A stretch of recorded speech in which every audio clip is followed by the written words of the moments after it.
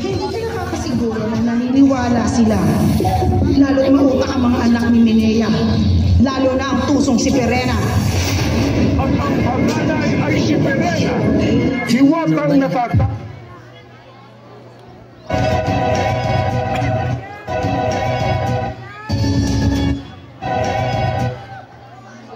No.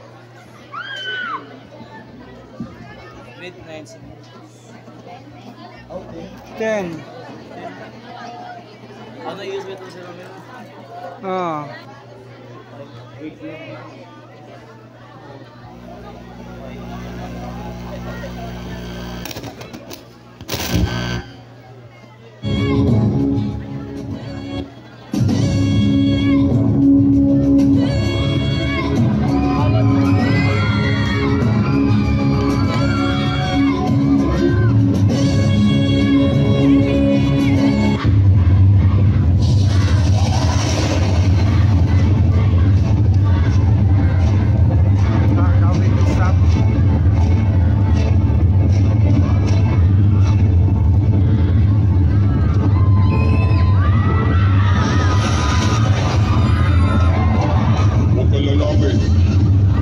Sinubo kami ng Batmalang Emre upang bantayan ang labi ng sinaunang nilalang na naririto.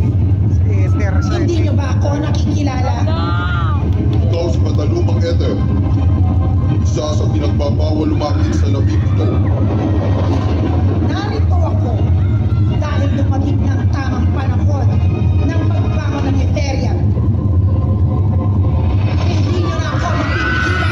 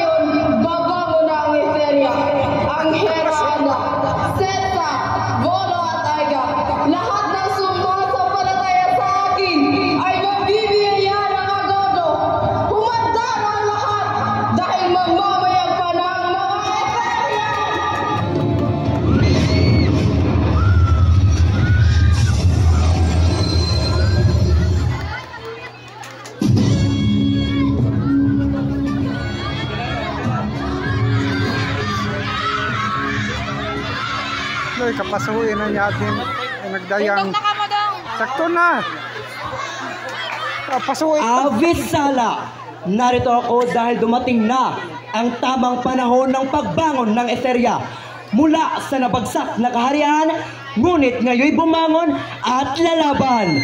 Ako nga po pala si Bathalumang VJ Langres, 15 taong gulang mula sa kaharian ng Etheria. Esto secto Eterian, Evo Live 11! Ikaw si Matalumang Ether, isa sa pinagbabawal lumapit sa labi ito.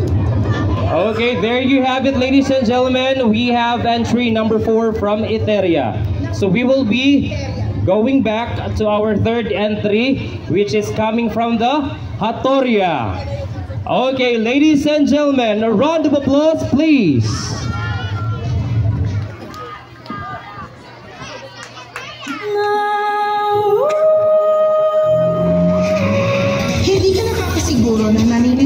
sila.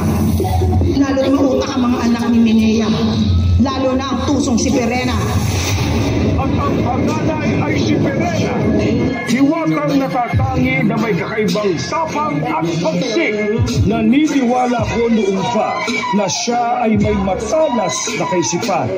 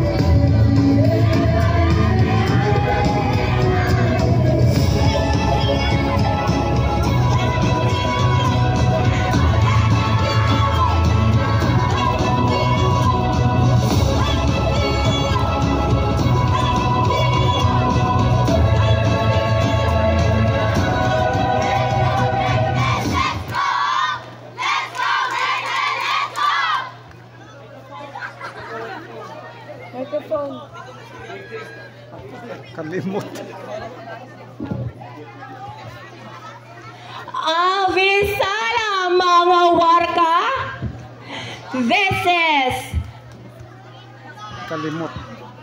This is the firstborn daughter of Queen Minea and the bearer of Brillante ng Apoy. This is your Sangre Perena representing Grade 10 level. Hindi ka nakakasiguro na naniniwala sila. Lalo't mautak ang mga anak ni Minea. Lalo na ang tusong si Perena. At ang panganay ay si Perena. Okay, thank you so much. Entry number 4 from Hatoria. Naniniwala ko noon pa na Okay, next we have from grade 7 level Bye-bye. from the Kingdom of Sapiro.